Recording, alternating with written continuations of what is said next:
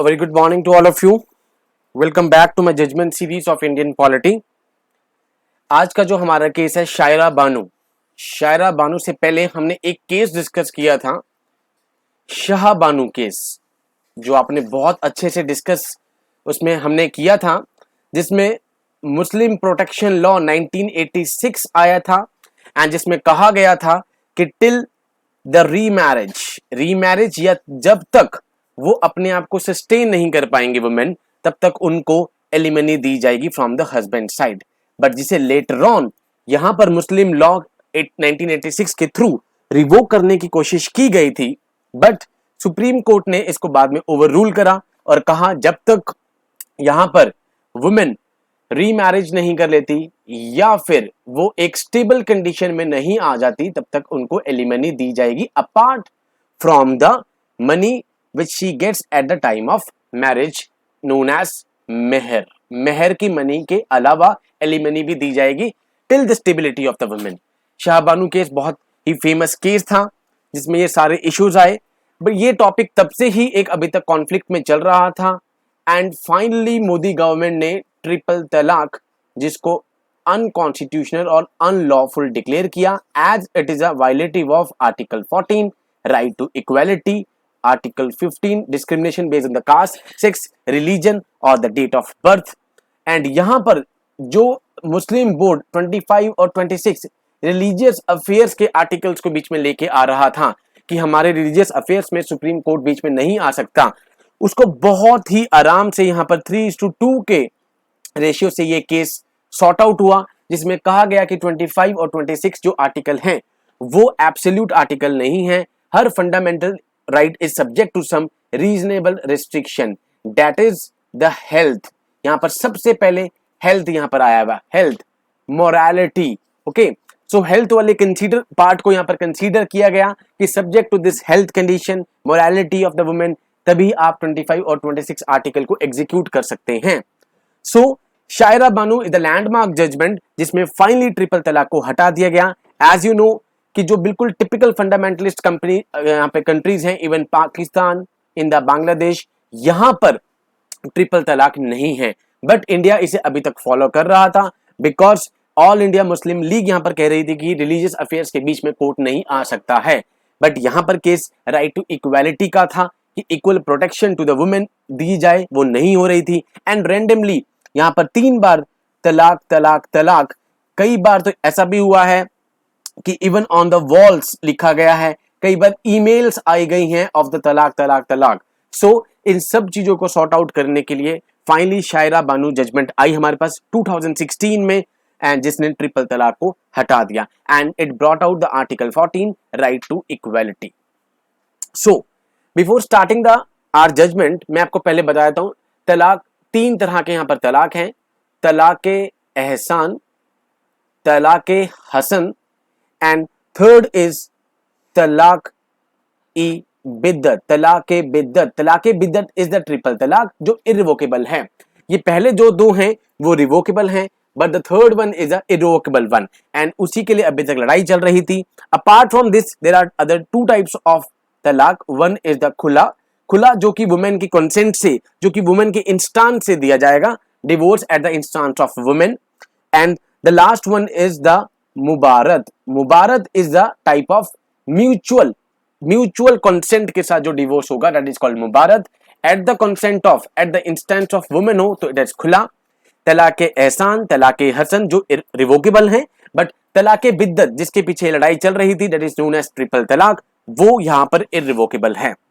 So finally supreme court ने यहां पर ट्रिपल तलाक और तलाके बिद्दत के लिए यहां पर जजमेंट दी एंड इसे फाइनली अनकॉन्स्टिट्यूशनल अनलॉफुल डिक्लेयर कर दिया गया and is a landmark judgement.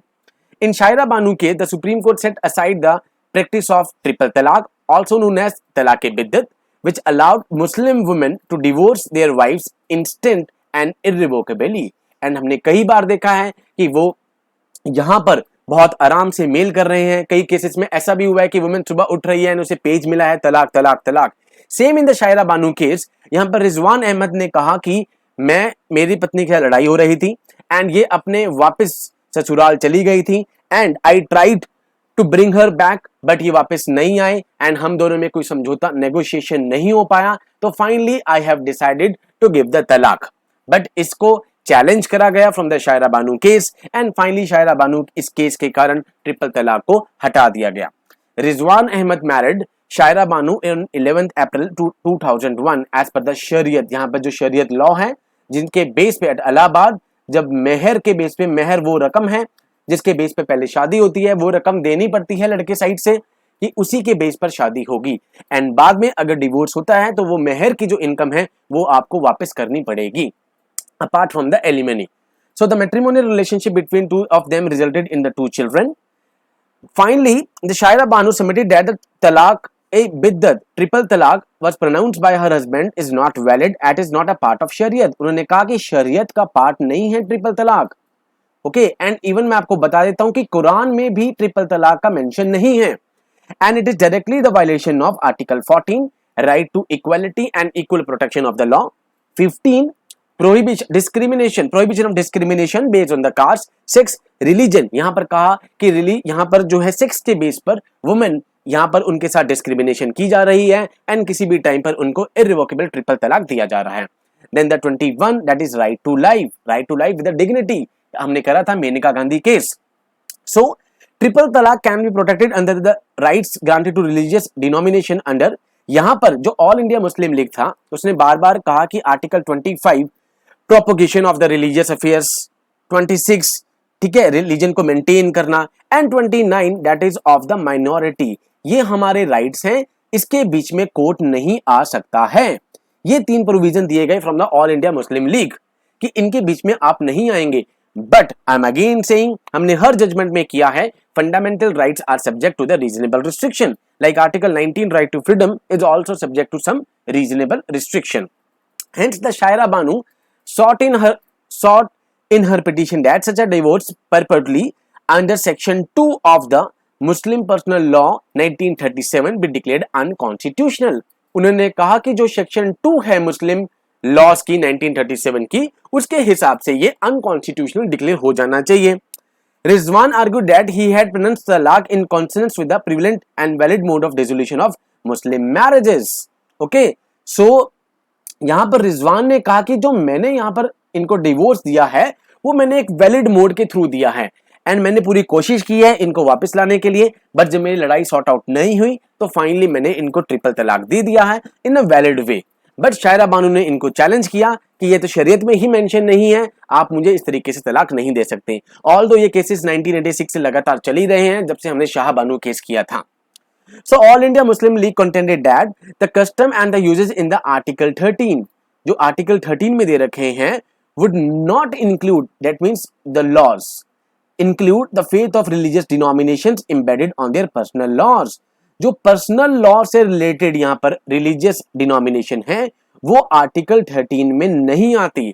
Article 13 में ना आने का मतलब क्या है कि अगर ये फंडामेंटल राइट को वायलेट भी कर रही हैं तो आप इसे नल और वॉइड नहीं डिक्लेयर कर सकते।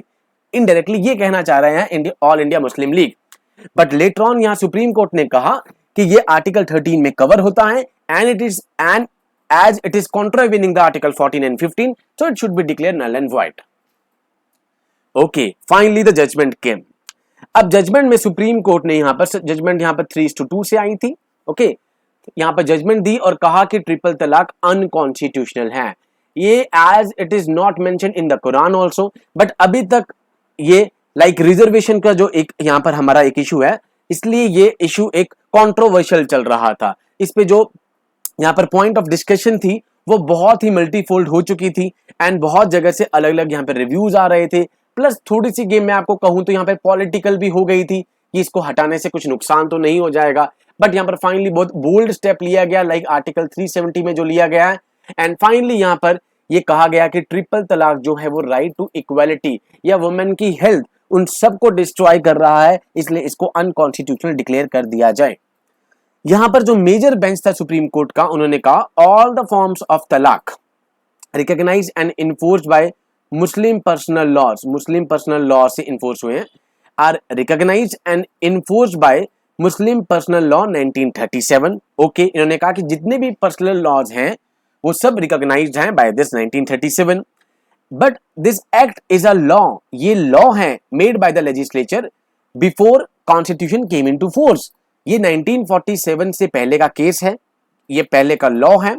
Therefore it falls under article 13 clause 3 sub clause B. तो अगर ये आर्टिकल 13 क्लॉज 3 क्लॉज बी में आ रहा है, तो हमने पढ़ा था बहुत सारी जजमेंट में कि any law under article 13 even the pre constitutional law if it is violating the fundamental rights then it should be declared null and void। And यहां पर कोर्ट ने कहा कि ये हमारे फंडामेंटल राइट्स आर्टिकल 14, 15, 25, 26 को यहां पर वायलेट कर रहा है, so it should be declared unconstitutional। So finally Supreme Court observed that triple talaq is not an essential religious practice। ये essential practice नहीं है। If such a practice which is arbitrary and not an essential religious practice, it will hit by the exception laid down by the 25। आपने पहले भी किया था religious affairs में। इसका मतलब ये नहीं है कि आप कुछ भी कर दीजिए, it is subject to the health, it is subject to the morality. तो यहां पर कहा गया कि यहां पर जो हेल्थ है ऑफ द वुमेन, आप उसको इनडायरेक्टली इफेक्ट कर रहे हैं। ओके, एंड आर्टिकल 14 को तो बिल्कुल डायरेक्ट ही कर रहे हैं, राइट टू इक्वालिटी को। तो कहा कि this religious practice which is arbitrary, it will be hit by the exception laid down under the article 25, that is reasonable restrictions। Therefore triple talaq is a violative of article 14 of the constitution and the fundamental rights। So triple talaq judgment provides a protective shield against gender discrimination in the name of religious practice। Many women's rights groups and other human rights and social justice organizations have widely celebrated this historical judgment which advances the essential constitutional value of equality, dignity and secularism। And finally triple तलाक को as usual जैसे बाकी countries में पाकिस्तान, बांग्लादेश जो कि hardcore Muslim country हैं, वहां पर भी ये ट्रिपल तलाक वैलिड नहीं था। इंडिया में भी ट्रिपल तलाक को हटा दिया गया एंड अनकॉन्स्टिट्यूशनल डिक्लेयर कर दिया गया। This is all from my side as far as the Shaira Banu case is concerned। जय हिंद।